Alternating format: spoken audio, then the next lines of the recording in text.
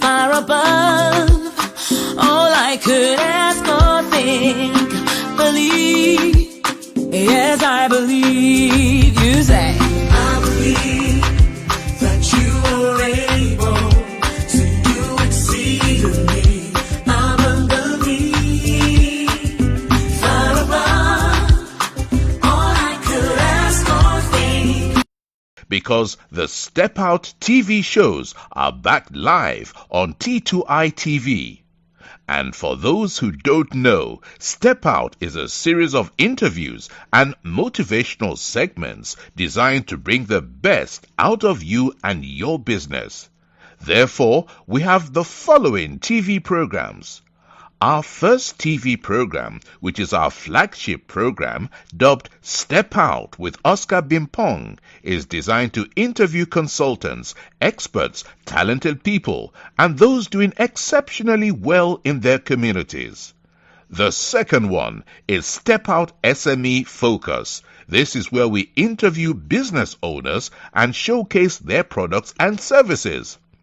The third one is Step Out Youth Impact Zone. This is where we interview young people succeeding against all odds to serve as an inspiration to other young people. And the last one is Step Out Authors Corner. And this is where we interview authors to share what their book is about to the world. Join us every week at 7 p.m. GMT. Like T2i TV on Facebook and subscribe to the YouTube channel. To advertise or for further information, do WhatsApp +44 759 1152 983 or +233 55 580 3924 or email info@traintoinspire.com. T2i TV. We engage, educate, enlighten, and empower. Welcome to another exciting edition of Step Out with Oscar Bimpong, and this is your regular host, always in the driving seat, taking you to your destination of success. As I always say, it's always been a wonderful week for me, and I'm always happy to come your way every Thursday to really discuss pertinent topics that have the power to shape your vision, that have the power to direct your path, and that have the power to really help you to succeed in life. And today, I have with me a powerful man. I have known him, for years, and his story is one that desires to be shared. Today, he's coming to discuss a topic that is upon his heart.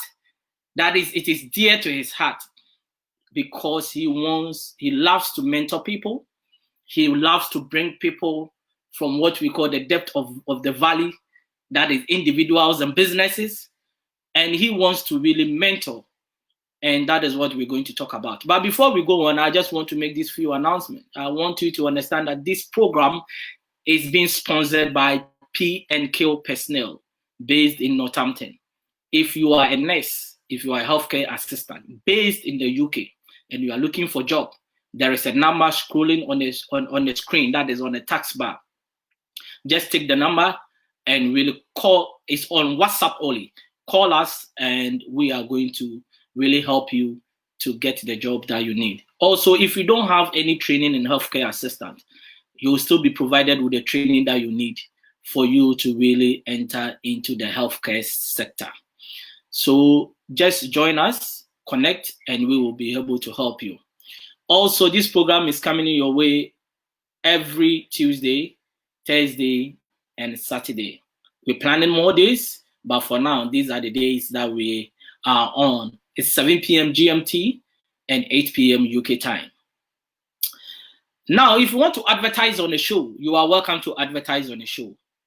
A lot of small businesses cannot go to mainstream media, but we are here to really support you. You advertising on this show is one thing, but we are also going to work with you to help build your business. that is provide consultancy services to help your business to grow. So we at a very affordable price in terms of advertising. Just connect to us with the number on your screen on WhatsApp only, and we can take it from there. Now let's go straight to business. Today, step out with Oscar Bimpong, who is on the hot seat. As I said earlier on, I've known this man for some time. He is a person that you love to be around. He has really worked hard over the years to get to where he is. And to be honest, I'm so proud to know this man. Why? Because he's an epitome of success, epitome of hard working, an epitome of a mentor that really works hard to achieve his goals. Now, we are going to talk about pathways to maximizing your potential. And this, my guest, is the best person for this topic. He is the CEO of Universal Hospitals Group, and he is in the person of Frederick Amissah. I call him the CEO. The reason why I call him the CEO is that everywhere he goes, he's able to turn businesses around. So all our colleagues, we call him the CEO. CEO, please welcome to Step Out with Oscar Bimpong, and you are live on T2i TV. Thank you very much, Oscar. Your intro made me look too big, but I'm not that big. It's all part of the game. It's all part of the game. Yes. How has your day been like? The day has been good. Business as usual. Trying to make connections and make the business world tick, and to make my business tick. That has been my day. Wow. Great. Now let's go straight to business, because when I started sharing the flyer, the feedback I was getting, I'm like, wow, it looks like people are looking forward for today's interview. Yes, and I think the reason why is that people want to really listen to you from a different angle that is being on this show. Now, tell me about who Frederick Amissah is that I really missed in my intro. Thank you, Oscar. I must say, I'm very excited to be on your show. It's been long in coming, and I'm very excited and privileged. I say Fred Amissah is your typical Ghanaian man, but of many colors. I come with many colors. Fred is a father, I'm a husband, I'm a corporate executive, I'm a career coach, business development consultant, a fan of Kumasi, Asante Kotoko, and Liverpool. Yes, today I'm telling you. Yes. Fred is a science student who loves history and travel. Wow. And that is me. I was born first and foremost in Kumasi to educationist parents, but I grew up across 4 regions of Ghana. Being born in Kumasi in the Ashanti region, I grew up across the eastern, central, and western regions. And that shaped my perspective about Ghana, about life, about family, about work, about friends, and what have you, because I grew up in multiple places, and the cultural and social influences really shaped my life and my thinking.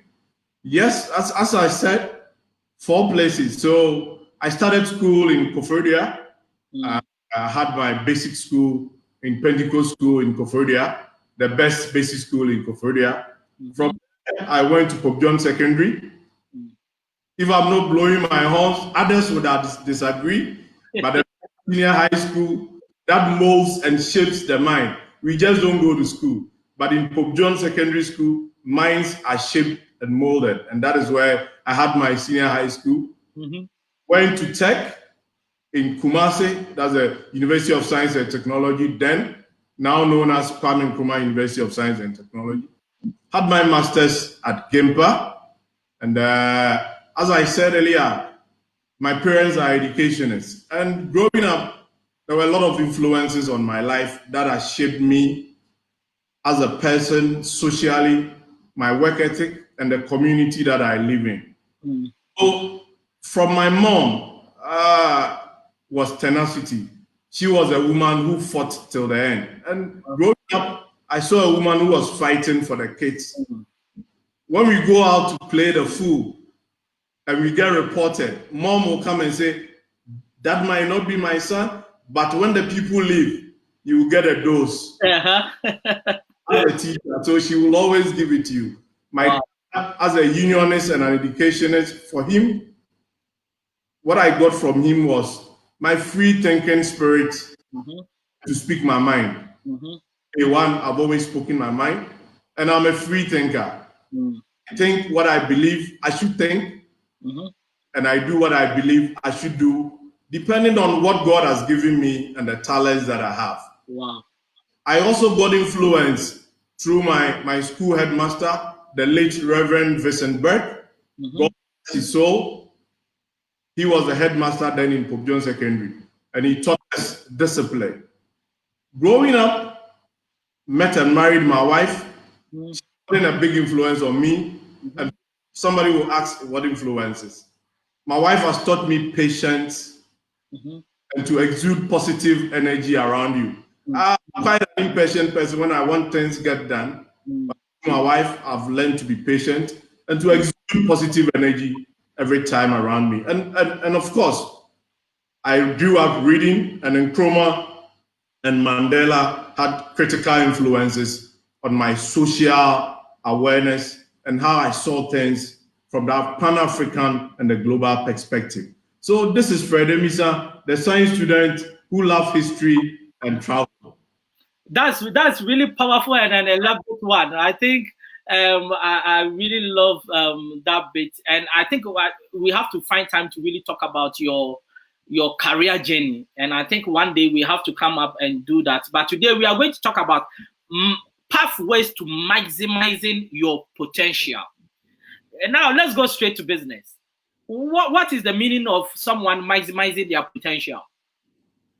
Yes, I would say in life, and as in sports, when you are running a 100-meter race, every competitor has a lane. That is how life is.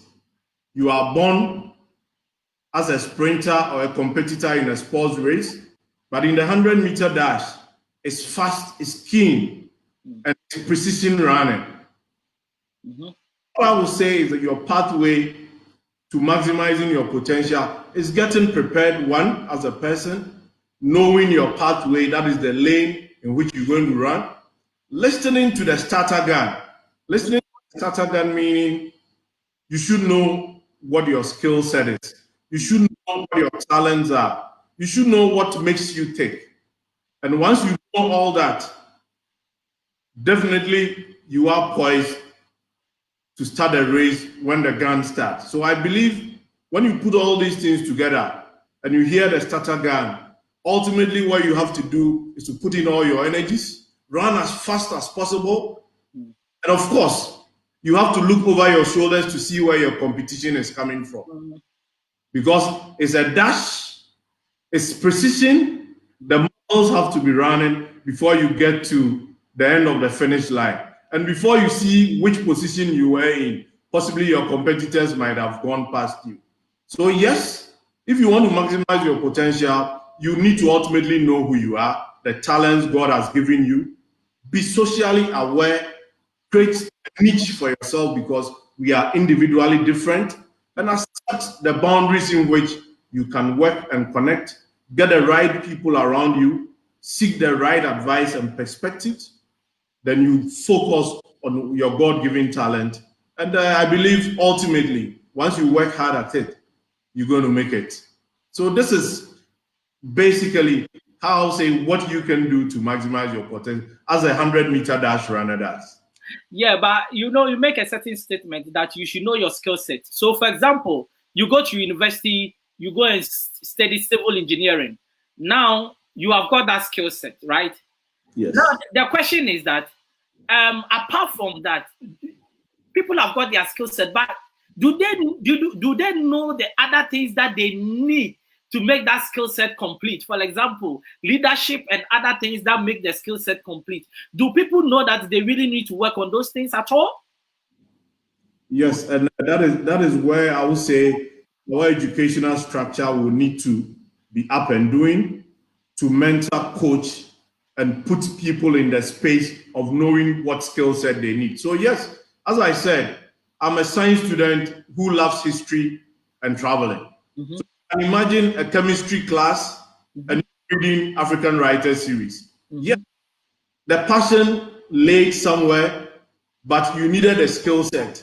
The set of going to the lab, doing titration to know and picking your figures. That is where the discipline is going to come from. But ultimately, once you get what school gives you, you need to look out from the social intelligence perspective. And that is where you need to look at leadership. You need to look at your parents. You need to look at the people you are growing with. You need to look at industry and where you ultimately want to play. So if you want to be a doctor and you are reading medicine, of course, you don't just go to lectures, go and read your notes and call it a day. You need to understudy what your lecturers do, what is shaping their mind, how are they building their careers, ask the critical questions, and ultimately getting a mentor within that space to guide you on life's journey. The skill set alone is not enough. Social intelligence, emotional intelligence, and being socially aware of your surroundings is also important. And that is the key things that I believe you need to. And of course, reading widely is also critical. We live in a global world. During our time, it was books, but now we have the internet, and it comes with a lot of opportunities when it comes for you to know what is happening elsewhere. So yes, skill set important, but you need that social intelligence and awareness to also succeed. And you can get that through talking to the right people and getting a mentor, either your parents, your peers, your friends, people who have done it before. And I believe once they give you the guidance, the ultimate should be your goal. Now, people get stuck easily, isn't it? Yes. And why does it happen so? Because some people, for example, after school, they start working hard, but before you realize in a few years, they lose what I call the steam. That's the power and the drive. Yeah. So they tend to live at a certain level for a long time. Why do people get stuck? Does it mean that you getting to your potential or maximizing your potential has got limitations? I would say no, but of course, you need a building blocks to be able to maximize that potential. So the first issue that I want to talk about is about not doing the things that we are passionate about. I mean, a working man's life is close to 60 years, 55, 60 years. So can you do what you are doing for 60 years? That is the first question you need to ask yourself. And as parents, when we are guiding and coaching our kids into selecting careers, we need to look at those perspectives. First thing is, are you passionate about what you are doing? So yes, we all went to school. We studied science in the high school. But some are reading medicine, some are reading biochemistry, some are reading medicine, some are reading agriculture. The first thing you need to ask yourself is this passion for me? Is passion for you? The most important question is already answered. Your skill set, the learning blocks, and of course, the teaching and learning and becoming aware professionally in what you do is going to guide you. So once you know it's your passion, the first thing you need to do is creating that pathway, knowing how you are going to develop yourself to take you to the next level, and of course, getting a mentor to guide you along the step of the way.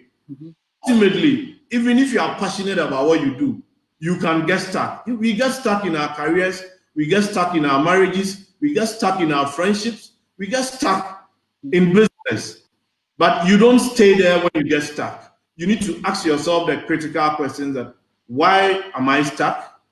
What caused me being stuck? And what can I do to untangle myself from being stuck? And there are myriads of answers, myriads of experiences, myriads of people who can help you to answer, why am I stuck? And if you answer all these things, I believe it will give you a broader perspective to know these are the things I need to do to get unstuck. These are the network that I need to bring to myself to help me in this journey. If my passion is driving me to point X, how do I get to point Z? Passion alone will not drive you there. Your network, your functional capabilities, your social intelligence, social awareness, and all those things come into play to help you get to that destination. And ultimately, you need to prove to yourself that, yes, I have the energy, I have the capability, and the zeal and the willpower to get there. Otherwise, nobody can push you.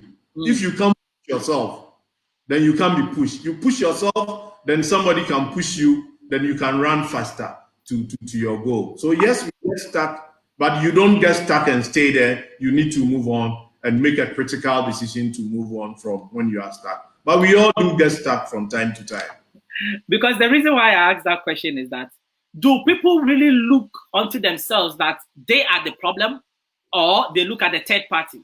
Because I've seen a lot of people, instead of taking the mantle by themselves and say, look, I'm going to fight this battle and win this war in terms of succeeding in relation to maximizing my potential, they will rather be blaming politicians, they will be blaming government, they will be blaming, though those people can be blamed, but are they the source of your problems?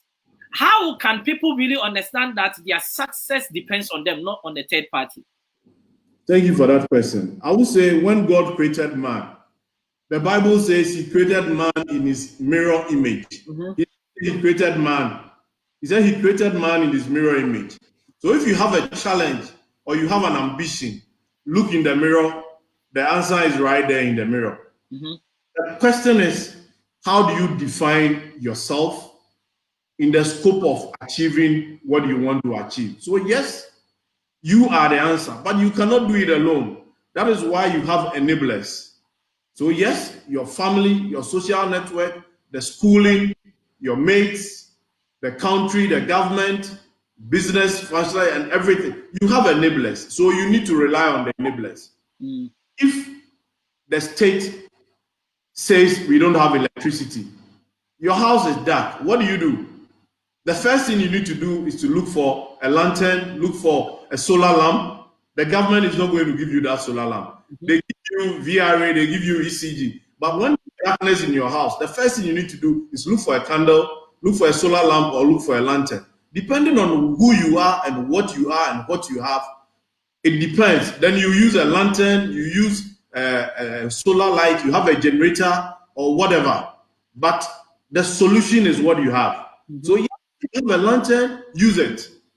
If you have a solar lamp, you use it. If you have a standby generator, you use it.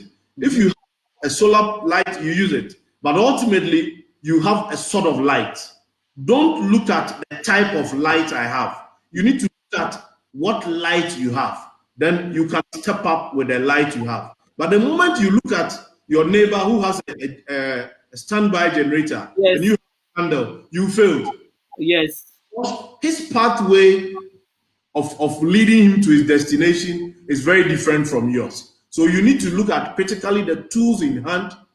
Those can answer your questions to help you maximize the fact that there is light off, but you need light in your house. That is the best analogy I can make under the circumstances. So yes, the government, yes, your parents, yes, your schooling, yes, your functional skill set, your certificate, but ultimately, look inside the mirror and the answer is you. When you go for an interview, as I'm doing, you have your script, I'm prepared. But when you go, you said, tell me about yourself. Tell me about Fred Amissah. You put a script away and now you have to talk to that. And that is what life wants to see. Life wants you to talk to your personality, to your talent, and to what you can achieve. And I believe if you answer these questions, you will get there. So first, there's light off, get your light, the type of light you have, and use that to solve the darkness in your life. And I believe if you understand that and knowledge, you should be fine. And you seek guidance as well.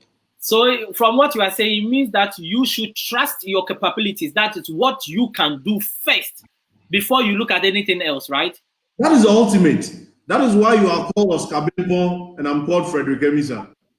That is why you went to Augusto and I went to Pope John.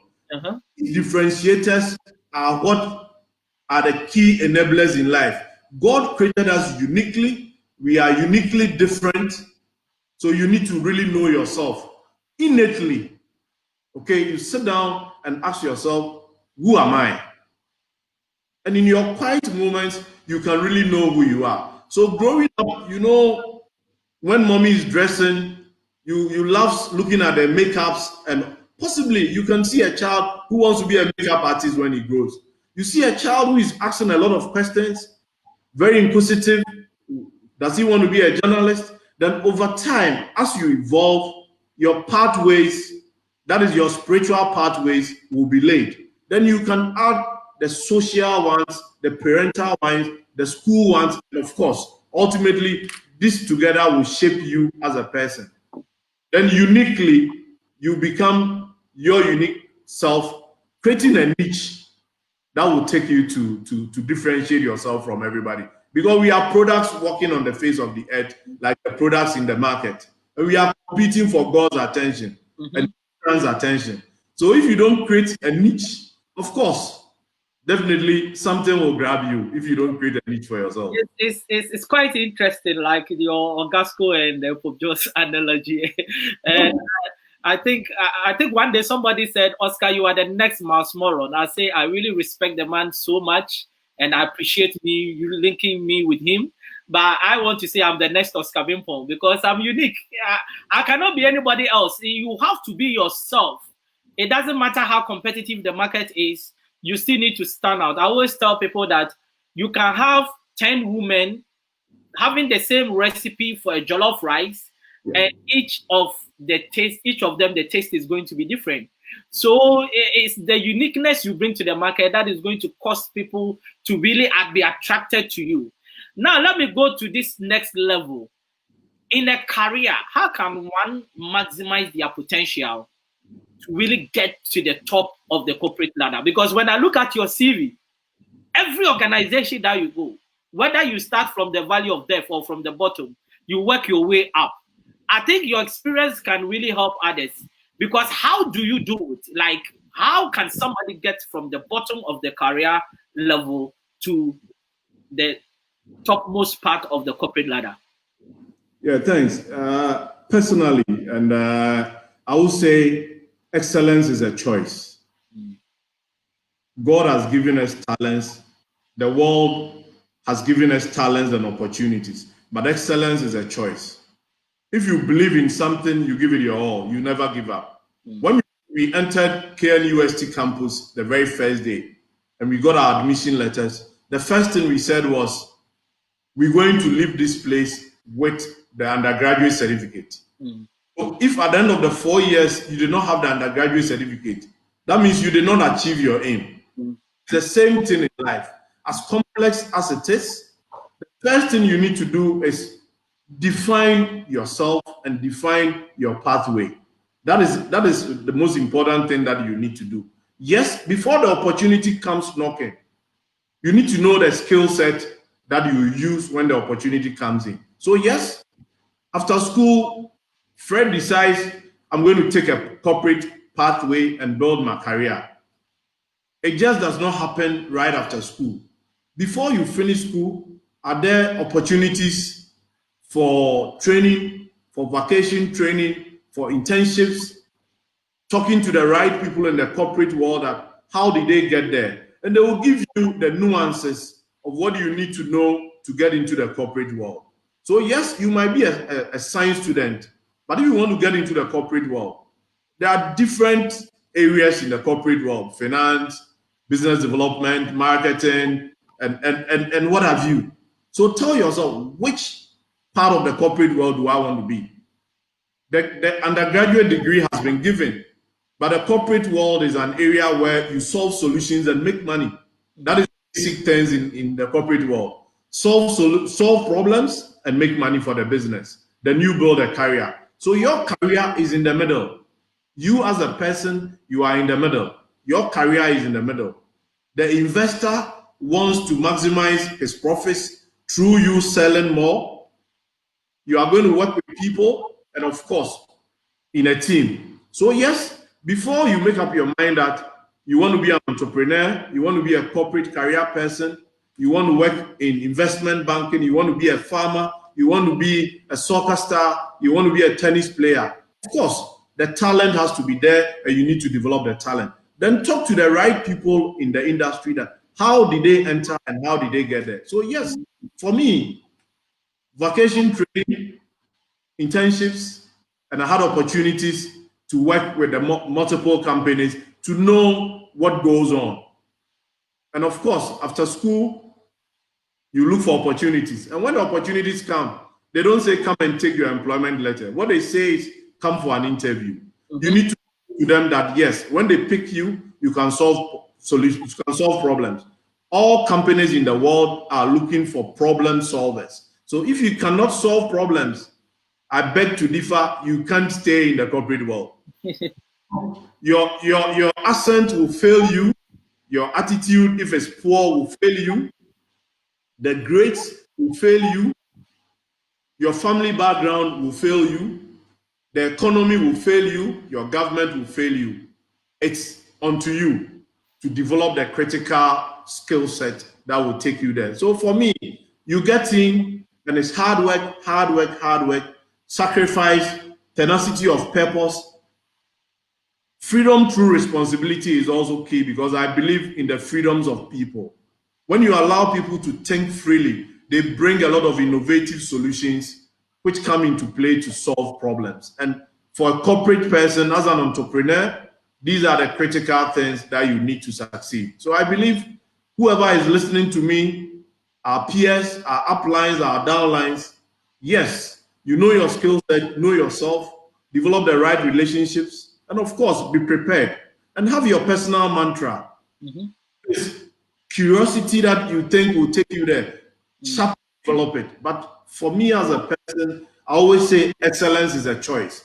So the way you talk, the way you dress, the way you impress, the way you eat, the way you speak to people, the respect, everything is critical and is important to shape you as a person and an individual. People will be watching not only your performance, but your personality in the corporate world. And of course, if you don't tick all the boxes, ultimately you will get stuck, as you said. And if you get stuck and you don't have the right solutions, of course, you'll be kicked out. It's as simple as that. There is something that you said that really got into me, and that is you have to be solution oriented even in the career space. I think people think they just have jobs, they go and do what they have to do and get back home, and that's it. And I think that's why probably a lot of people are not really getting promotions, because they are not solving problems within the corporate entity. Is that the case? Of course. One excuse will take you to the next level. The second excuse will take you to the next level. What do you have for the third excuse? That my computer screen broke, the internet was down during COVID, so business cannot go on. Your competitors are working, the market is solid and rapidly changing every day. So you need to change and you need to act. So if it's time to look at your pipeline in terms of customer development, you have to do it. There's nothing like procrastination. You have to do it, and you have to do it now. If it's about planting as a farmer so that you don't miss the rains because you don't have irrigation, you got to do it. If it's about taking a short diploma course, you have to do it. If it's about reading, you have to do it. If it's about getting somebody who will coach and mentor you, you have to do it. And of course, critically is getting into the right network and a good mix of friends and people who can guide and coach you on your pathway. So yes, the world is not waiting for you. Business is not waiting for you. Your competitors are not waiting for you. And I always hear people say, think globally and act locally. For me, it's a wrong saying, is a wrong mindset. You think globally and you act globally. You are in London, I'm in Accra. Yes. Exactly. You are wearing a shirt and I'm wearing a shirt. Yes. So you can't think globally and go and hide somewhere in Amissah or Aboko globally. You will miss the point. Exactly. So think globally and you have to act globally. If excellence is not your hallmark, then you'll be happy in your small corner. But if you have to compete globally with the Asians, with the Japanese, with the Americans, with your fellow Africans, you can't think globally and go and hide at Abokobi and say I'm acting locally. You will fail. So for me, you act globally and you think globally so that you will be seen as a differentiator, as a solution solver, a problem solver, and of course, the opportunities will come thick and quick. And once you get an opportunity, You have to prove yourself again and again and again and again. You do 32 credit hours the first semester, you don't go and sleep. The second semester is 40 credit hours. You get to second year, you do 20 credit hours, it goes to 35 the second semester. And that is life. You got to do it repetitively, and it has to be excellent every time. You learn, you make mistakes, you relearn and unlearn, and ultimately you master the skill set. Your attitude is positive, and the sky is the limit. You can do anything. And for me, I don't really mind if you are from Japan, you are from US or America or Germany. Once I meet you on the platform, it's you and me. You give it to me, I give it to you. Whoever wins takes it. There is nothing like acting locally or thinking globally. We are all acting and we are thinking globally. So a Japanese camp, you should be able to beat him. Despite the fact that we have challenges in Africa, we have challenges with our education, the global opportunities are there. You hit or you miss. There is no middle point. You hit or you miss. And excellence should be your mantra. And for me, that is what will drive you to the top. Wow, that is really powerful. And your last point really means that you have to have confidence. It doesn't really matter where you're coming from. It doesn't matter whether you are in Africa. If you have really, really worked hard and you understand your trade and your industry, then confidence should be your mantra to meet anybody in the global space. And I agree with you 100%. Now, let's go to maximizing your potential. For example, as a business startup, a lot of young people are starting businesses. For example, there are no jobs here and there, and they are starting their own businesses. Now, we've talked about maximizing your potential in relation to your career. Now, in terms of business, how can you maximize your potential to have that competitive edge so that you can really thrive in the marketplace? Yeah, thank you for that question. I will say, and I'll use the entrepreneurs as an example. You ideate, you bring all your concepts together, you have your product, and you want to go to the market. Getting to the market is the most difficult point of a journey of an entrepreneur or of any business. The first thing you need to look at who are the people that I'm going to go to the market with. They say, show me your friends and I'll show you your character. So if you don't have the right people mix around your product, around your business, around your industry, you're going to fail. Because one, they don't share your vision and mission, they don't share your attitude, and they don't share the pathway that you want to take the business. So it's very critical that you get the right people with the right mindset and attitudes and the skill set if you want to maximize your go-to market efficiency. The second thing that I want to talk about is about niching down. You need to niche down as a business. So yes, I have this product that I'm taking to the business. I have this company. I have this service. Everybody is doing it. Do I also want to follow what everybody is doing? As a business, you need to niche down. It's very important that you niche down. So yes, what is that singular thing that sets you apart from everybody? So everybody is doing liquid soap. You also want to do liquid soap. What will differentiate your liquid soap? So everybody has put it in an opaque plastic bottle. Can you put yours in a transparent plastic bottle so that you tell your customer that even from seeing it afar, I guarantee you the best product that can give you proper use and give you the ultimate value when somebody buys it. So yes, you are differentiating your liquid soap from what everybody else has done. And ultimately, the consumer or customer will know that, yes, your product is very different. So as a business, after getting your people, you need to niche down on the exact thing and pathway that will differentiate you from others. The third thing I want to talk about is having an idea bank. Because yes, once you niche down, most businesses, after niching down, they go to sleep. Because they are successful, business is booming, they are making the money. But once your business is booming, your competitor is ideating and innovating. Before you know it, you are like a Nokia,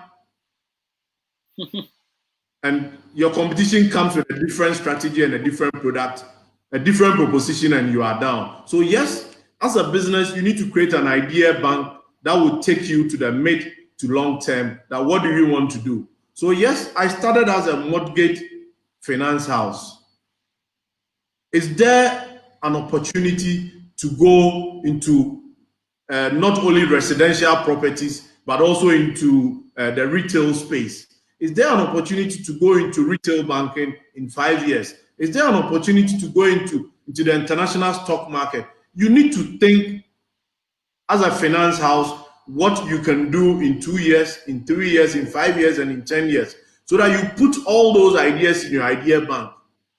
From time to time, you get to your idea bank, look at what is happening in the market space, and say, yes, it's time to deliver this. Then you are niching down possibly a second product, a second idea, a third proposition, or what have you. Then you can be competitive again. Your first product might be dwindling in sales. Then you bring in a second product to innovate. The next thing I want to talk about is technology. You are in London, I'm in Accra.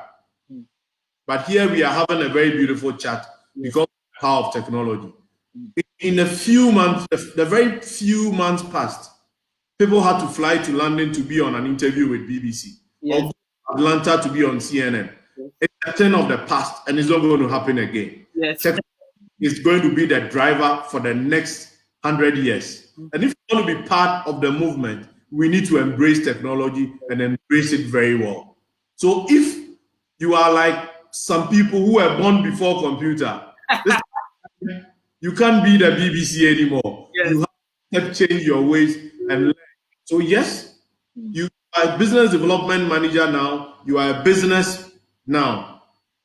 Yours is marketing. Can you do a short finance course so that when they bring you your financial statement, you can at least appraise it and have something to tell you that this is the financial pathway of my business. Can I take these numbers? Can I take a course on supply chain so that my planning, product planning, and route to market can be designed very well for me? Can I bring somebody who is an efficient in operations? These are the questions you need to ask yourself every day. And these will be enabled with technology. The last thing I want to talk about is about your speed to market. Life is a race. Anybody who tells you life is not a race, for me, is not telling you the truth. Because you are racing to die. Everybody is racing to die. We're going to die one day. It's about the script that you write that is going to determine the race that you run. So yes, ambition should drive you, but ultimately you should know what race you are running. The race might not be against the government. It might not be against your competitor. The race is for everybody. So you hear the investor community saying FDIs into Africa is $100 billion.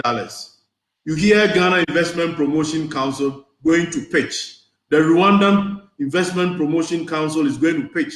The Nigerian Promotions Council and Investment Board is going to pitch.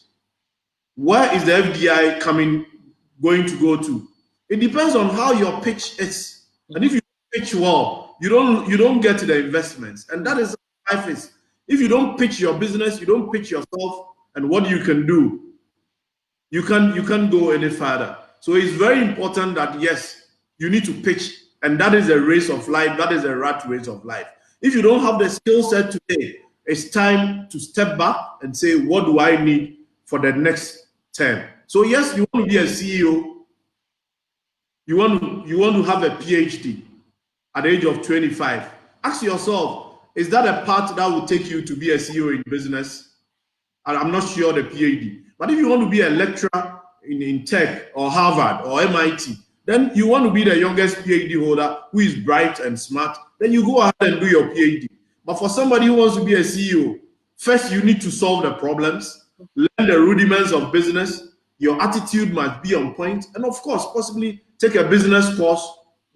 Ultimately, you create your pathway. So if you create the wrong career pathway or the right business pathway, it's not going to take you to your destination. And of course, you tell back and say it's not a race, but it is a race. A race of excellence, a race of doing something good with your business and with yourself. And that is how I will approach this. Yeah, thank you. I think you have really made a serious point that I always tell people that they say, oh, life is not a race. No, it's a race. Because that job that you are looking for, somebody is looking for the same job. At least it's a race with yourself. If it's not with anybody, it's a race. But even if it's with yourself, somebody is also racing with you to get what you want, isn't it? So it's that job that you are looking for. Thousands of people are looking for the same job. And it's a race that you have to be on top of your game. If it's a race against yourself, then you are going to lose. You have to also look at those people that are also looking for the same job, what they can do so that you can maximize your potential to really outrun them. Ultimately. So life in a way, you cannot vividly say life is not a race. In some circumstances, it is a race. We can look at our parliamentarians. Somebody has done just one term and they want to take him out. Exactly. In parliament, that after only one term, somebody wants to take him out. Yes. So if you don't up your game, after one term, you are out. You are out. He has done 5 terms, 20 terms, and what have you. So yes, the race is on, but you have to determine your pace. Yes. Let me repeat that. The race is on, but you have to determine your pace. Good. That's really powerful. If you determine your pace, you run at your own pace, develop your skill set within your own talents, and of course, your aspirations will drive you to where you want to be. So if you want to be the UN General Secretary, you have to read Kofi Annan's life story of how he went there. You don't read somebody else's story. Yes. If you want to be a president of a country, you read the story of somebody who has become a president and how he got there. It might not always be on point, but of course, 80% of the time, the things and attitudes that they put up, if you take it on and tell yourself, I'm going to add what I have, ultimately, you're going to get to where you want to get to. What role does innovation plays in maximizing your potential? Yes. So yes, we were born in Ghana, right? Mm-hmm. Yeah, you were born in Ghana. Yes. We schooled in Ghana. Mm-hmm. You are in London now. Mm-hmm. The first step you took when we were in school was to get yourself a passport. Yes. We have people who did not have aspirations of going to London or traveling the world, right? Mm-hmm. So the first step of getting a passport, they did not take that step. But when you see somebody in the plane going to, how did this guy get his opportunity to go to London or get a visa? You can't go to the embassy with your empty hands. They can't put a visa in your palm. You need a passport. And so is in innovation. Yes, you want to get to a destination, but different ways of getting to that destination. And you need to innovate. The Chinese eat with chopsticks. In Africa, we eat with cutlery in our hands. You go to South America, it's a different ball game. We have different sets of how things are done. And if you want to get it all right, you need to learn from every side of the coin and critically think and change your ways. So fufu was pounded with mortar and pestle when we were growing young. And I'm sure me and you were running away from pounding fufu. Of course. My mom and dad, why can't these people eat rice? Or why can't they eat the cassava and plantain with palm nut soup? Yeah. For me to pound and sweat, we need a machine. Have we found a machine? Yes, we have. And people are enjoying their fufu with the machines and powder. So different ways of doing things is what is going to get you there. So yes, innovation in your personal life, innovation in your business is very critical. And I believe if you use real life examples, it helps us. And let me give an example. You wear a suede shoe on the desert. Mm-hmm. Definitely, it's very dusty. Yes. And you can't wear a suede shoe. So you need a different shoe for that environment. When you are walking in mud, you can use another type of shoe. So yes, we are no trees. We are human beings with blood. We breathe air and we drink water, we eat. So yes, life is a pathway of differentiation. And through differentiation, we innovate, we critically think, and we bring new ways of doing things aboard. And it applies to your personal life, and it applies to business management, and it applies to everything. That is why I have been able to move from different industries over my career, because the critical things are basically the same, but you ultimately need to change the critical skill set and also innovate the way you do things before you can survive.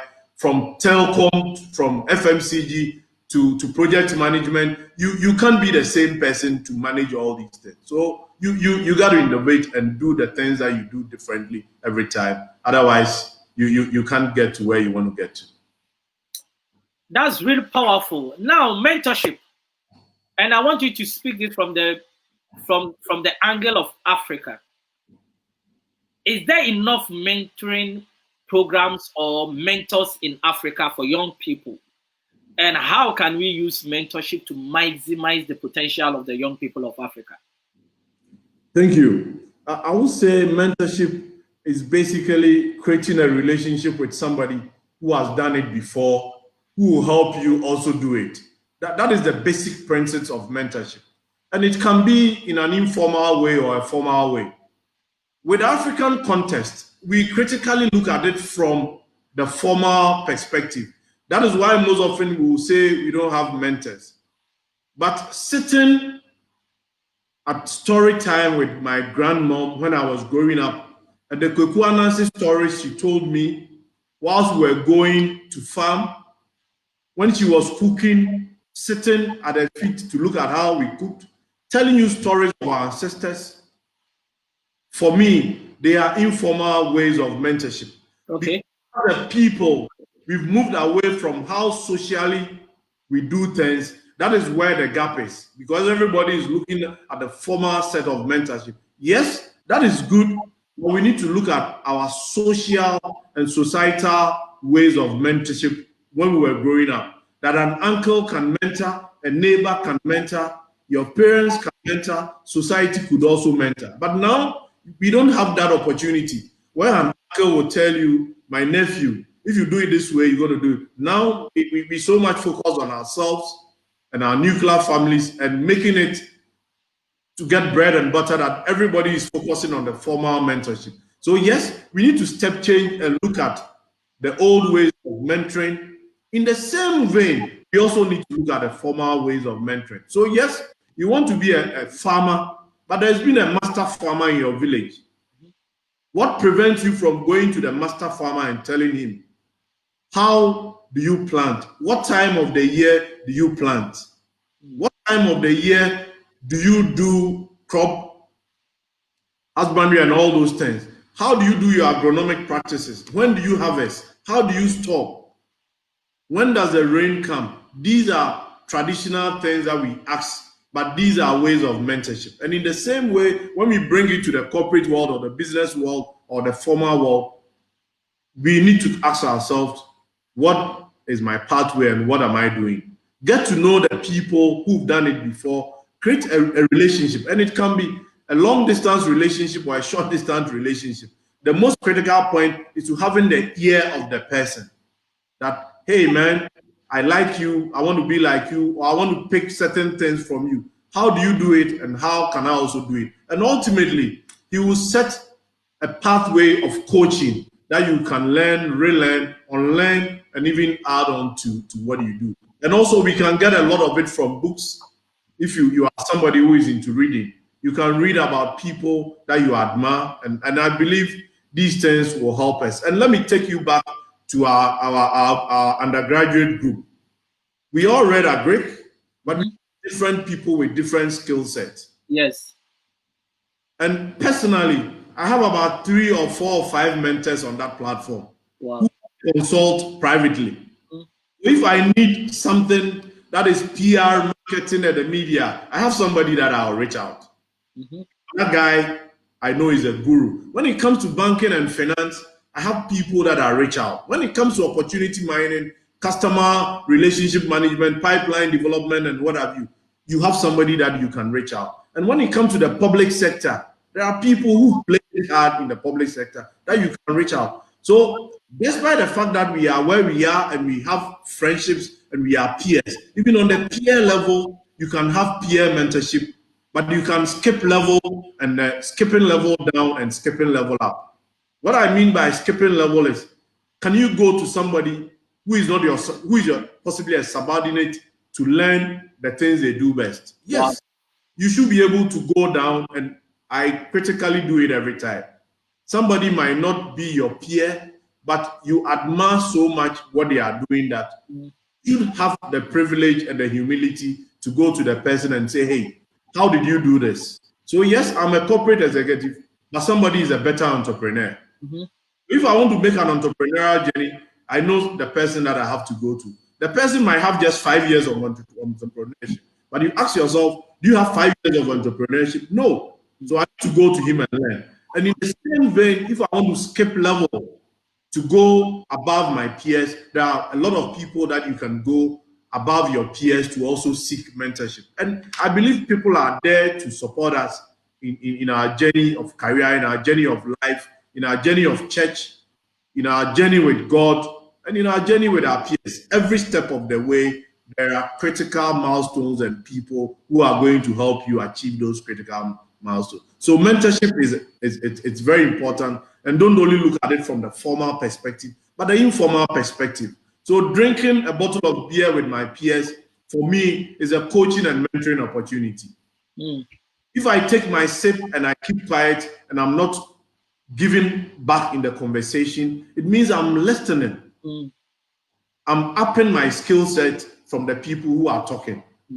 That is very important. So informally, just listening to peer conversations over a bottle of beer, I would be mentoring myself through what the wisdom the person is speaking on the table. So mentorship can take different forms, but we are so fixated on the formal mentorship, and if you get it wrong, it goes wrong. So let's look at the myriad of forms that mentorship can take, and I believe you can get people who are there to help you to get to where you want to get to.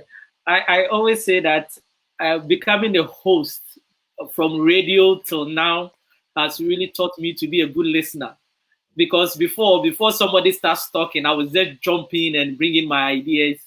But becoming a host means that I need to keep quiet, give time for you to really bring out your views and probably challenge it if I have to. And I think these are some of the skills that we need. That anytime you keep quiet, it means that it's an opportunity for you to learn. And a lot of people cannot keep quiet in the conversation. They are always talking, meaning that they don't give themselves the chance for them to learn.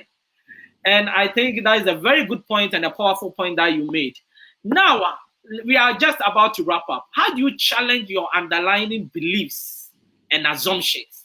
How do you challenge them to really maximize your potential? Yeah, thank you, Oscar. For me, God always first. It's very important that God always comes first in everything we do. We are physical beings on this earth, but He gave us a spirit. That is the breath we have in us. So yes, in everything we do, we need to seek the face of God. Some people will say it's an assumption because they don't believe in God. But for a believer, God should always come first. Once you seek His face, He will direct you to what you have to do. And the critical thing you also need to look at, I hear a lot of people saying Black Lives Matter. I would say all lives matter. I wouldn't say Black Lives Matter. All lives matter, because I don't see my color. I don't see anybody's color. I see a life. I believe you should be competitive enough. So if everybody is saying Black Lives Matter, why can't say all lives matter? The prejudices might be there. The challenges might be there, the racism might be there, but you need a very positive mindset and a can-do spirit. And let me summarize that in the example of the pineapple. You see a pineapple sitting on a table. You see it is standing very tall and it's very proud, and it's very proud of itself sitting on the table. The pineapple wears a crown. The crown, that is a sucker on the head of the pineapple. So yes, you need to wear your crown. Whether it's a crown of thorns, is a crown of difficulty, is a crown of toughness, is a crown of a can-do spirit, you need to wear your crown, as Jesus wore his crown. Without wearing the crown, there won't be glory. So you need to wear that crown. See yourself like that pineapple. Stand tall, wear your crown, no matter what the crown is. And within the pineapple, you see the sweetness of the pineapple. Wow. If you get into the pineapple, you don't get to see the sweetness. You will only see the thorny crown and the pineapple standing tall. So people we are, even when you are dying inside, you should exude positivity. You should exude patience. You should exude tenacity of purpose. You should exude friendship. You should exude a listening ear. You should exude charity. You should help people. And once you put those things together, it metamorphosizes into your personal values. So for me, charity, giving is something that I do and I love doing. The little that you have, you got to share. And you stand like a pineapple, wearing your crown, standing tall, and inside you, there might be pain, but ultimately, it will turn into sugar. And these are the principles that guide me. Everywhere I've been to the world, I've traveled wide and near. 10 regions of Ghana I've been. I've traveled to 18 countries in the world. Everywhere I've been, I represent the African continent and I represent myself. I represent my family. I represent my school. And I represent my peers and my friends. Excellence is a choice. You can't do anything about that. And if you believe in excellence, you got to step up and do what you got to do for excellence. So yes, the prejudices might be there, the racism might be there, the lack of education might be there, the lack of opportunity might be there. But hey, get on your feet, talk to somebody, believe in yourself. Don't let anybody put you down. Get going. It might take 100 years, but you'll get there. And that is what I will say to everybody. Wow. Let's wrap up briefly, but I want you to briefly touch on this. And that is, how do you balance your work? Because for you to maximize your potential, you need to balance your family, work, yourself, peers. How do you manage that, you personally? Because you are in that space where very pressured and stressful environment of leading a team, managing your home, and personally having life for yourself and your peers. How do you do that? Well, I think it's very simple. And Oscar, you've known me for quite some time. It's simple. I work hard and I play hard. When I'm playing, I play real good. And when I'm working, I work real hard. So yes, there's time for everything. And the most important thing is knowing the things that give you joy, the things that give you peace of mind, and the things that give you satisfaction. So for me, family is everything. I have a very loving family, and that is where I get all my energy from. When I come to the business side, yes, I have my team that works so hard with me to achieve everything that we have to achieve. But ultimately, I know when we succeed, there will be time to play. When it's time to play, you play really hard. So listening to my music, taking a drive with the family, barbecuing, gardening, doing charity work on the side, and of course, talking to friends like you when I need people to talk to, and of course, my family behind me does the trick. And we are counting. We want to travel to 50 countries. We've done 18, so we still have a lot of traveling to do. That is how I get my energy and do all the things that I do. Now, if you are given any opportunity, what will you change? Well, what I would change is questioning the status quo. In our space in Africa and in Ghana, we don't question the status quo enough. That is why we make wrong career decisions. We make wrong choices when it comes to what we do socially, wrong choices when in our marriage, wrong choices in everything. We need to critically challenge the status quo. Why are things done? Why should they be done this way? Why can't it be done this way? And if we challenge ourselves, you hear innovative ideas from a cross section of the society, and that can shape you better. Because we live in a society where you take it as it comes, you get to a hitch, and it's very difficult to turn things over. So that what I would change is possibly right from grade 1, we need to allow children to really speak their mind. and question why they have to do certain things. And of course, society and parents will guide them to be the best that they are. It's always good to be the best that you are with your God-given talent and what society gives you, rather than getting directed by parents and being pressured into what you shouldn't be doing. And that is what I would change in my society and possibly with myself. Apart from that, life is a gift from God, and we have to live it as best as we are so that we can die smiling. And die empty, isn't it? Yes. Yes, your last word, Mr. Frederick Amissah. Your last word to the people that have been watching you. Well, I've said my last word already. Okay. All right. And act global. Wow. That is my last word. Wow. Excellence, it's global. Nobody is waiting for their mediocrity from Ghana or Africa or Asia or South America or America.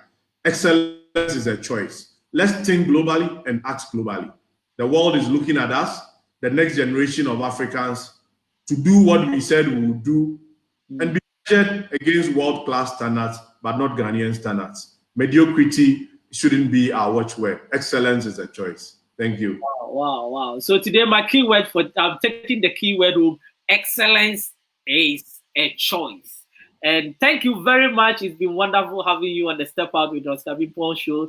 And I can say that you have really earned a badge to always come on the show anytime and ask when you want it, because you are the kind of people that we need you on this show. As you said, we need to try and niche whatever we are doing. This program has been niched to really strategically position itself for the African continent in terms of impacting our young people. And I think that is what you have done. Now, let me go to reading some few comments. And I have got Akosia Ohinewa saying, very true, one must be themselves and be unique to attract the right people who can help you in the process of development. And Mr. AMB Praise in Wanko says, great. And Akosia also says, life is a race. Excellence is definitely a choice. Yes, it's been wonderful having you, sir. And I'm really happy and glad that you really made time for us out of your busy schedule. Thank you very much. And it's been exciting for me and a privilege for me. Keep doing what you are doing, and Africa and Ghana is proud of you. Thank you very much, and I really appreciate your kind words. Now, before I leave, I want to make this quick announcement. On Saturday is going to be fireworks.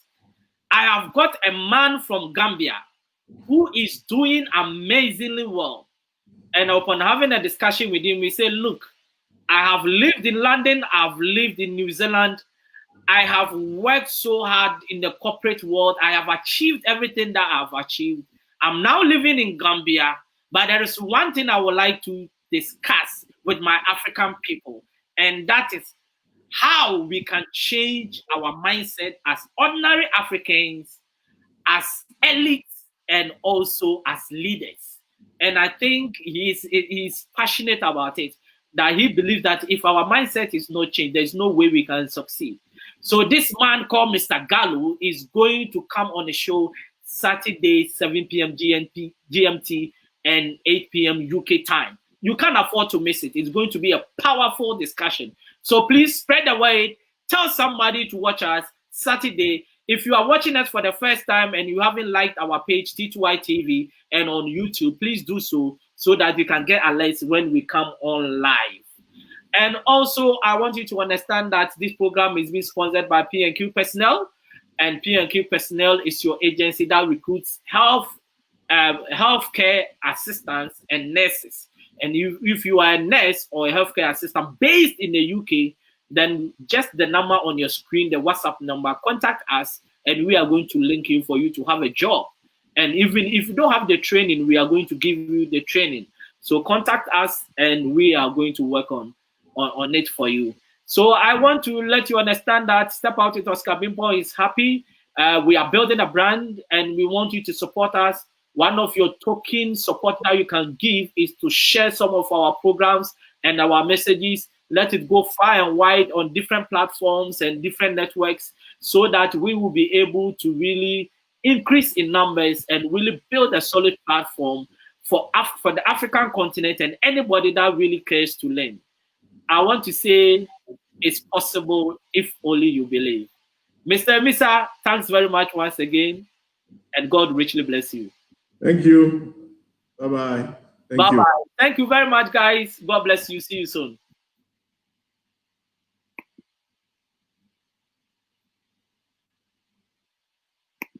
I am so excited because they showcase their products and services. The third one is Step Out Youth Impact Zone. This is where we interview young people succeeding against all odds to serve as an inspiration to other young people.